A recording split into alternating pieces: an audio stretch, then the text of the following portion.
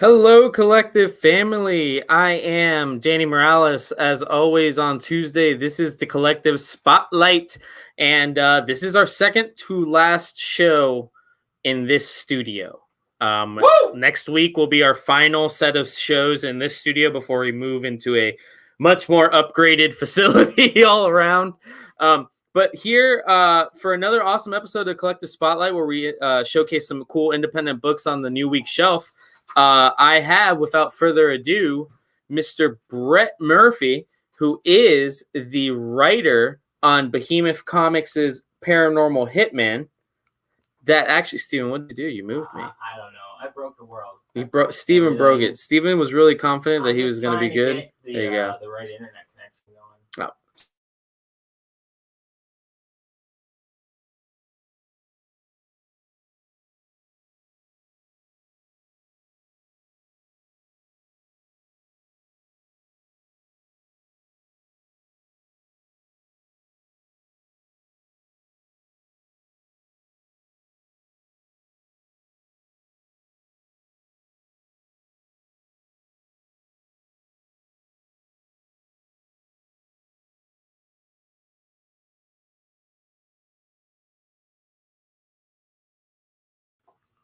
I'm back. I'm a real. Does it say live though? I don't see live in the corner. Does it say it? I'm pretty sure we're still live. We're live. So can you get Brett in here? Oh yeah, it does say live. I see it. Yeah, I'm gonna get Brett in here. I'm sorry. Life is a mess. We were real. You know, it's okay because us not being there, like we were kind of not in a plane of existence, and that kind of works because Brett wrote. The book is technically considered an action adventure through Behemoth, but Brett, tell people a little bit about what you have going on here with Paranormal Hitmen. Yeah, so it's kind of like a comedy action adventure series that we're doing with Behemoth. It's about two hitmen who were once hitmen for the mafia, the Carboni family, and they're going out on a routine hit one night when all of a sudden they're in for a career change. And not to give too much away, but they basically join a secret government agency, and they hunt down ghosts. But while they're hunting down ghosts, they're also going to have to run from their former employer, who now thinks that they're working for the feds. So they also have the Carboni family after them now. So what was really cool about the book is, like, and you mentioned they're kind of hitmen now for ghosts, but the book does not feel like Ghostbusters because you very much made it action adventure, and they bring their mob talents. I mean, the very early in the book, it's kind of mentioned that they're picked for a certain reason, and that goes. So, what was your inspiration for this book? Are you a big Ghostbusters and like paranormal fan, or did that just come into its own as you were writing? Yeah, I grew up a big Ghostbuster fan, whether it be the movies or the real Ghostbuster cartoons and action figures. And I also grew up, loving mafia movies and TV shows like Goodfellas, Sopranos, Godfather. And, I just came up with the idea that I wanted to kind of put the two together. And, I did some research into the paranormal, did some research on some of the paranormal papers out there, and watched a couple of the shows and kind of added to the idea. And that's why you see some of the stuff in there, like how they kill the ghost and everything like that. That kind of had a little bit of research done to it instead of just throwing out something in there. And the story came together after kind of putting everything all in one. And another thing, you wrote the book. This is the homage cover that you guys did. Yep. Looks like a cool Punisher homage there. But what I thought was cool, you worked with, oh my gosh, I don't want to mispronounce his name. Wilson Gandolf. Wilson did the art on this, and his art style. Let me just go to an early page so people can get an idea. But I really think his art, and especially his colors on the ghost, really bring this book to life. And so tell me a little bit, what was it like working with Wilson? You putting together the scripts and then them doing the colors and the art. Yeah, Wilson's great. Without him, this book doesn't happen. When I came up with the idea for the story, I was going through a couple of different artists' pages, and thankfully I came across Wilson, and as soon as I saw his art on Instagram, I kind of figured, this is the perfect artist for the book, and it's been a great working relationship ever since. You know, uh, Wilson's the co-creator on the book, and he has some great ideas and inputs that he brings to the table. And I mean, right now we're working on other stuff together. So it's kind of a good thing that we met. And like I said, I mean, his art really makes the book. Yeah, it literally, between the two of you guys. What did Steven say? Steven says, I detect a South Philly or South Jersey accent. Aren't you from Philly, Brett? Yeah, it's funny. I'm actually born and raised in Philly, but I moved to South Jersey 3 years ago. So he's actually It's both. very accurate. It's a little Yeah. bit of both. Fellow Philadelphian. Yeah. He was able to hear it water right away. ice. Yeah. That's so you said that you guys are actually, you and Wilson are working on something else together already too. So you guys have moved your collaboration. You guys are working well together, I can tell. Yeah. It's great working with Wilson and also Matt Kunt, who's the editor. All three of us know each other, and it's a great working relationship. And the good thing about it is we're not afraid to bring ideas or tell each other no, that's not going to work. So that kind of helps out with the process.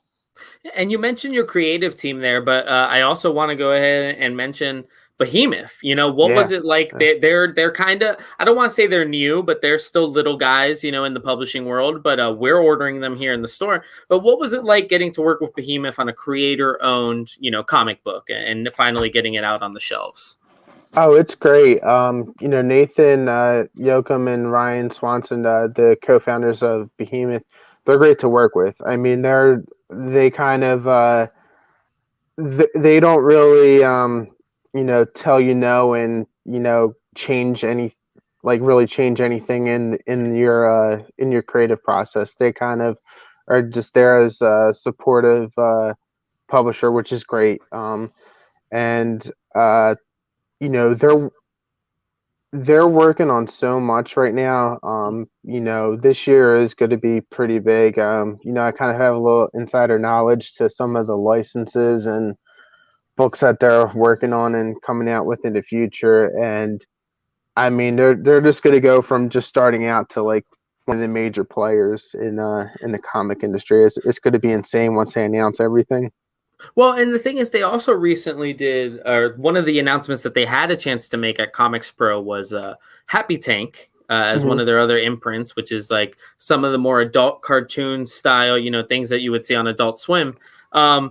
It's kind of crazy to me that after reading Paranormal Hitmen that you did not end up in Happy Tank, because I could see this being a cartoon on like Adult Swim or HBO Max or something like that.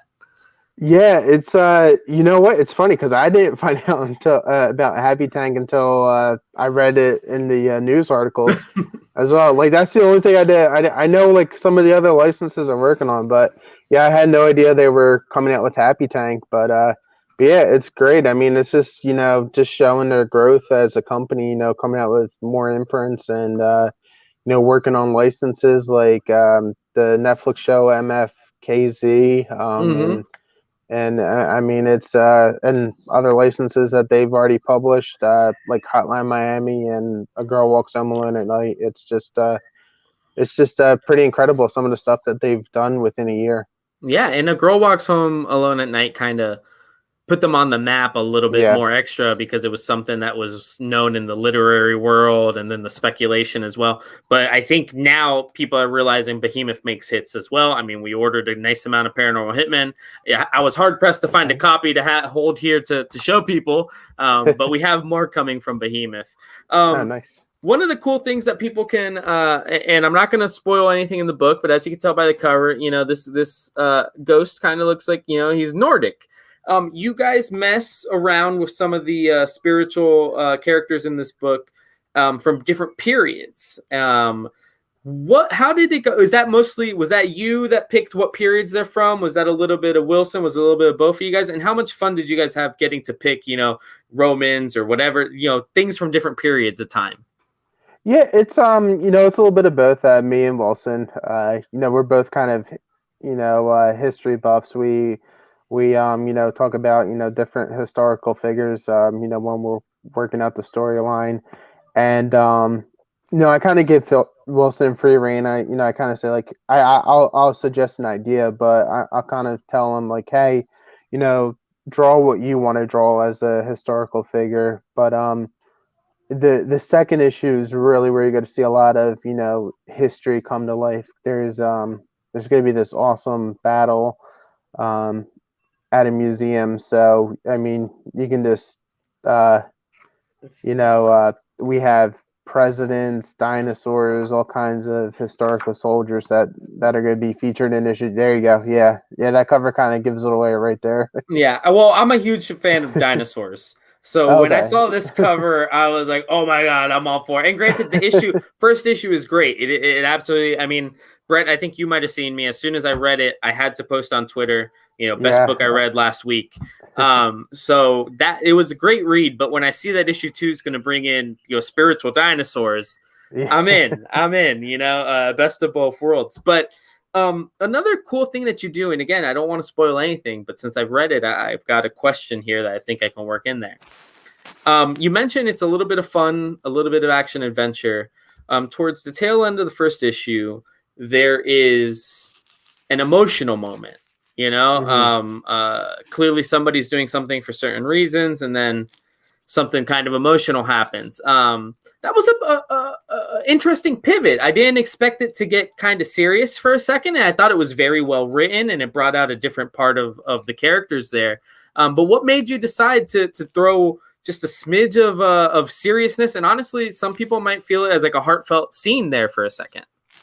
Yeah, I wanted to add a little bit of, sadness to the end there, and the person, the character, who deals with that situation is kind of going to be the main villain throughout the series. Okay. So I kind of wanted to show why he's going to turn out the way he does throughout the series, to kind of show what motivation he has to, really, put forth his effort in taking down, Gene and Devon, the two main characters in the story. And what I love about Gene and Devon, man, is like it kind of reminds me of the only thing I compare it to is Pineapple Express, and there's Kenny Powers and oh my god, Mr. Robinson there, and they're the most terrible hitmen. They're the most absolutely terrible hitmen you could ever imagine, but you like them for some reason, because they're funny. They mess up all the time, And granted, you write, you can relate to them. Yeah, I relate to them. But you mentioned how great these guys are. Like they're the best hitmen. Like very early on, you talk about their record is spotless, but they doubt each other all the time because then when the one spirit shows up, he's like, I thought you off that guy, So is almost like a buddy cop film. Was that your intention with those two guys? Yeah, exactly. Like kind of like a buddy cop, a lot of banter back and forth, like just to add a little bit of goofiness to the series, not make it all, serious. Yeah, and it totally worked. Like I say, it's totally an action adventure book, but at the same time, you get laughs throughout. And I mean, I think you did a phenomenal job. Thank you. Talk to me a little bit. So you mentioned a little bit about issue 2 and how it goes into a museum and everything like that. Now, what is your plan? Is Paranormal Hitman written as a 4-issue mini, 5-issue mini? How are you guys approaching this first story arc? Yeah, so right now it's the first arc's going to be 4 issues. The at the end of the 4th issue, it leaves it kind of open to um, come out with a second arc. That's something that I need to discuss with Nathan and Ryan at Behemoth. If they want to have a second arc and bring on another 4 issues. But as of now, it's going to be a 4-issue miniseries. And then after the 4th issue, there's going to be a trade paperback sometime June or July. Awesome, awesome. And I think this book will do really well in trade paperback just because some people might have missed it during single issues. But if you come by here, we still got them. Yeah. So, we talked a lot about like some of your paranormal, like some of the things that got your references to paranormal stuff. But what were some of the mobster things? Like everybody's watched The Sopranos at some point in their life for the most part. Did you take some like what mobster stuff did you watch growing up that maybe you put a little bit into this? Yeah. So I mean, one of my favorite movies of all time that I've watched, hundreds of times is Goodfellas. I try to add some of that like goofiness from, Joe Pesci's character in there.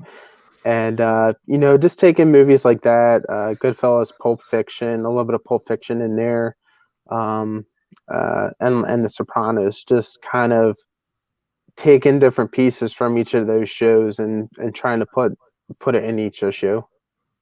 So now with the first issue, from the very beginning, you kind of, as you mentioned, you set up that the two main guys are gonna kind of be working against not just fighting the ghosts, but they're also going to be fighting the crime boss that they used to work for.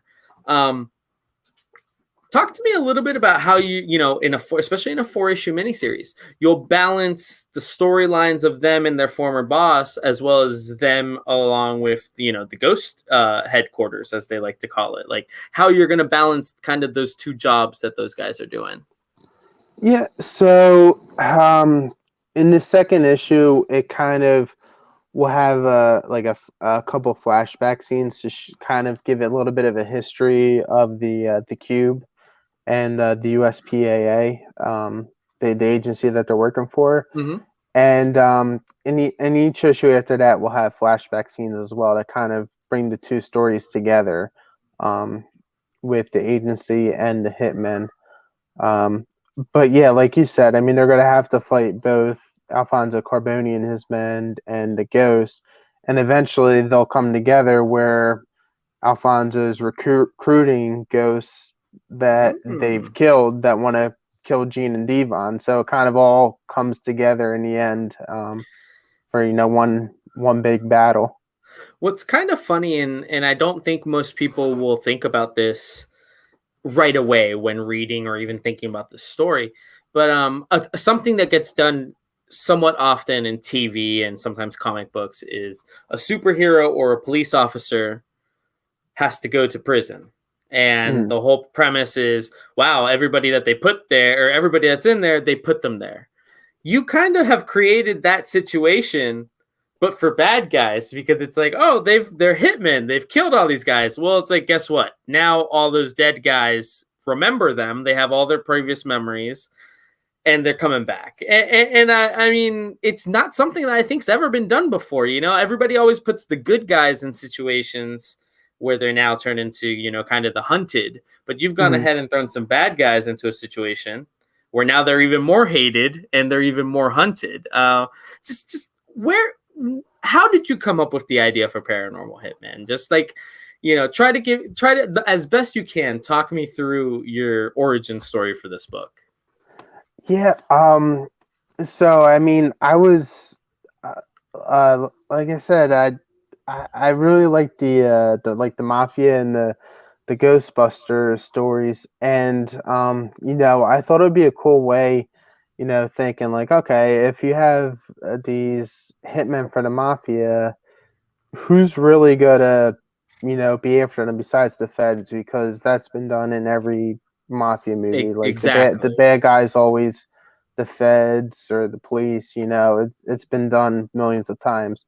So I thought, why not have the people that they've killed? And I didn't want to have zombies because that's been done a Also, thousand but times as yes. well.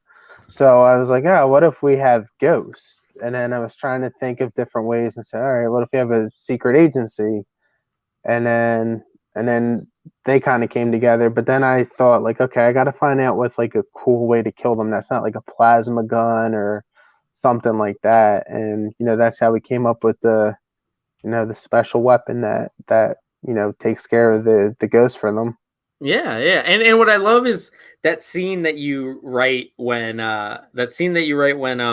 they're introduced to this special weapon felt Mm. very 007 for a second, like when they're like showing 007, like, oh, and here's this. And it's like, oh, how do I use? Then they go to the you did a phenomenal job, Brett. I can't say it enough. It Thank was you. an enjoyable book. Another thing that I thought was hilarious. I love back matter in books. Okay, any company or writer who will put some back matter after you end the story, it's a plus in my book. What you did with kind of them shooting a commercial, it's kind of a flashback because clearly it's being shot in the Carboni meat packing area. But I thought it was hilarious. And can you talk to me a little bit about doing that scene? Because it's pretty much just like he's shooting a commercial in the meat locker, and I thought it was absolutely hilarious. Yeah, I wanted to do something different at the end of each story. And me and Wilson were talking about it, and I said, "Hey, why don't we do like an ad or something in each issue?" And he's like, "Yeah, let's do that." And we came up with the meat packing because of Rocky Balboa, also, with the Philly roots. Yeah. So we added that in there, and then in issues 2, 3, and 4, there's going to be another little 2-pager where Matt Kunn's actually doing backup stories in 2, 3, and 4. Or actually 2 and 4 are going to be backup stories, and then issue 3 is going to be another silly little ad that Matt's writing. That is awesome. I really loved it, and I also love how it kind of showed you the forgetfulness. Like, I mean, he left the body back there, and he's even apologized. So I thought that was just funny because it's something that you mentioned in the story. Again, they're the best hitmen, but they're not they're not the best smartest guys in the world. And I Yeah. just thought it was great. Now there was some shipping snafus or whatnot. So Yeah. literally issue 2 is coming out like next week unless something else happens. Am I not mistaken, right? Yeah, issue 2 scheduled for March 10th. The issue 1 was delayed 2 weeks with all like the storms and everything like that. It got pushed back 2 weeks, but I mean, as of now, I haven't heard anything different. But and last I checked the previous page, it said March 10th. So yeah, it should be out. Should be out next week, next Wednesday. Yep. I checked yesterday when I was contacting you, and it still said March 10th. So that's what I'm expecting. So Yeah. here, while I have you for 5 more minutes, and you already mentioned a little bit of it, but what can I'll make sure to get issue 1 in people's hands before next week. But people who then pick it up, what can they expect from issue 2 besides a giant ghost dinosaur T-Rex? Yeah, so I mean, issue 1 kind of sets you up, brings you into the world, and issue 2 kind of is just nonstop action. There's a lot of ghosts being killed. There's a lot of humor in issue 2, and I mean, and there's ghost presidents and ghost T-Rexes. I mean, what more can you say? It's awesome. One more thing I wanted to ask you, because clearly I know why you set the book in Philadelphia. But why 1978? What about that period? I know that's kind of like the Starsky and Hutch and things like that. What about that period stood out to you that you kind of put you in that you wanted to base this in the late 70s? Well, actually, it's funny you mentioned that. When I first wrote the story, it was set in present day, and Wilson came up with the idea. He said, "Hey, what if we, you know, took this back to like the 70s, early 80s?" And I was thinking about it. That's around the time when a lot of the five families in New York Mhm. and everything took place. So I said, you know what? That's actually a good idea. And it's a good thing he kind of suggested that, because that also gave the idea with the Spectre Cube, like why we had it made, because of the war going on at the Mhm. time. And it all came together, and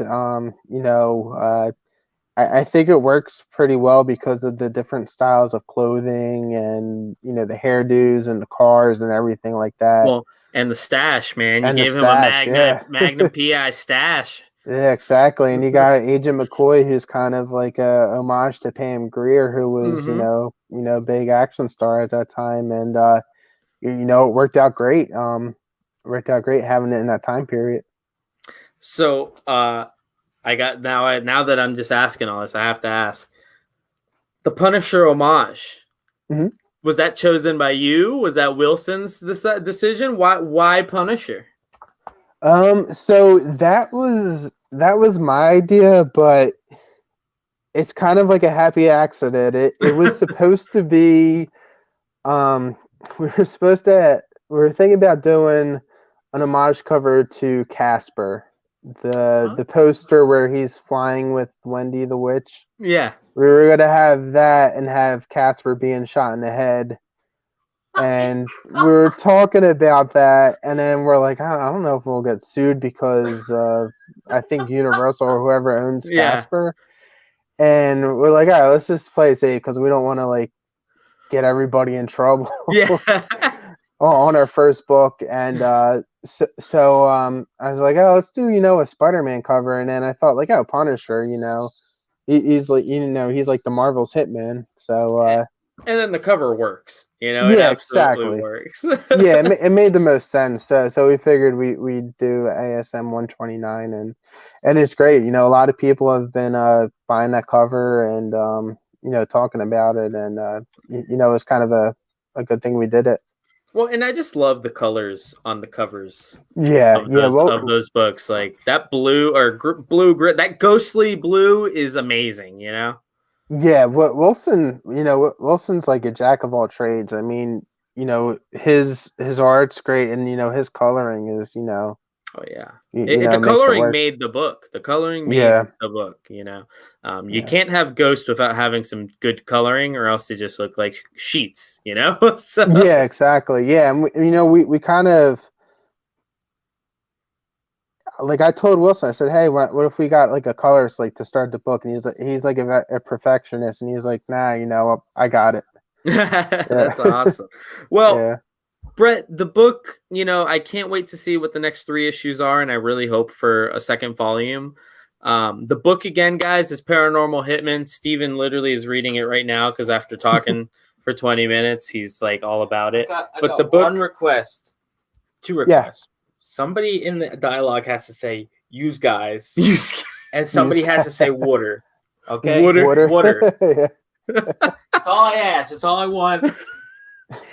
But yeah, so You Paranormal forgot Hitmen. John. You forgot Oh yeah, the you gotta John. have a John in there. Was John a thing though in '78? Like, I gotta ask some people. There's so many like Philly, like bum is another big one. That's used an issue too. Bum is like a big Philly word. Yeah, I gotta ask if John was around in the late '70s. There's just so many weird Philly words. It's It's like yes, there the are. language, the language of Phillians just like Yeah. progressed Yeah. throughout They're the gonna go. decades. They're gonna go on the citywide. Oh my god! But yeah, Brett, best of luck on the series, man. Issue 2, guys, literally comes out next Wednesday, so we'll have those here at the Collective. Issue 1, we still have a couple of the homage covers, and I think I have a couple A covers. I will throw one in your sub box, Jeremy. Yeah, thank you. We have a couple of A covers coming from Behemoth, but the homage cover is my favorite. That's the one I took home.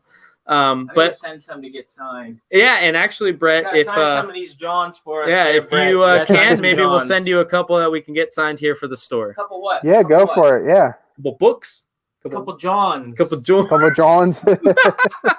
Oh, Brett, thank you so much for coming on, man. Best of luck, and hopefully towards the end of the series, maybe for issue 4, we'll bring you and Wilson on, and we'll talk about the series. Yeah, that'd be great. Thank you guys. I appreciate you having me on. Take it easy, Brett. You have a good one. So I would like to thank my guest, Brett Murphy. Hopefully, Steven didn't walk back with the book. The book is called Paranormal Hitmen. Now. It looks like about this big. Issue 1 of Paranormal Hitmen. It's John about yay high, you know. It's a great fun book. Again, like you said, it's action adventure. It's the lethal weapon. I should have said this while Brett was here. It's the lethal weapon of Ghost Hitman books. Okay, that's it. It's buddy cop, funny, shooting. It's great. So if you can, pick up issue 1 here in the store. Issue 2 literally comes out next week, and we will have the full series from Behemoth. I've been Danny. I almost called myself Steven. I've been Danny. You've been Steven. And Maddie's been out there being a nice guy. And this John is over. And I gotta go hit the end button. 5:30 Wednesday, happy hour hump day auction. Definitely got some Shadowhawk. Definitely some Symbiote Spider-Man. Definitely some RoboCop. Cover price is $3.99 if I'm not mistaken. $3.99. $3.99. Don't ask us to scan it though. Yeah. So Eduardo, let me know. I have some more coming. I can definitely get one out for you in a shipment. I'm sure we always got stuff going out for you, Ed. But yeah, we can get something for you. Just shoot us a message. You know how it works. Take it easy, guys. Steven, you gonna sign me out of here?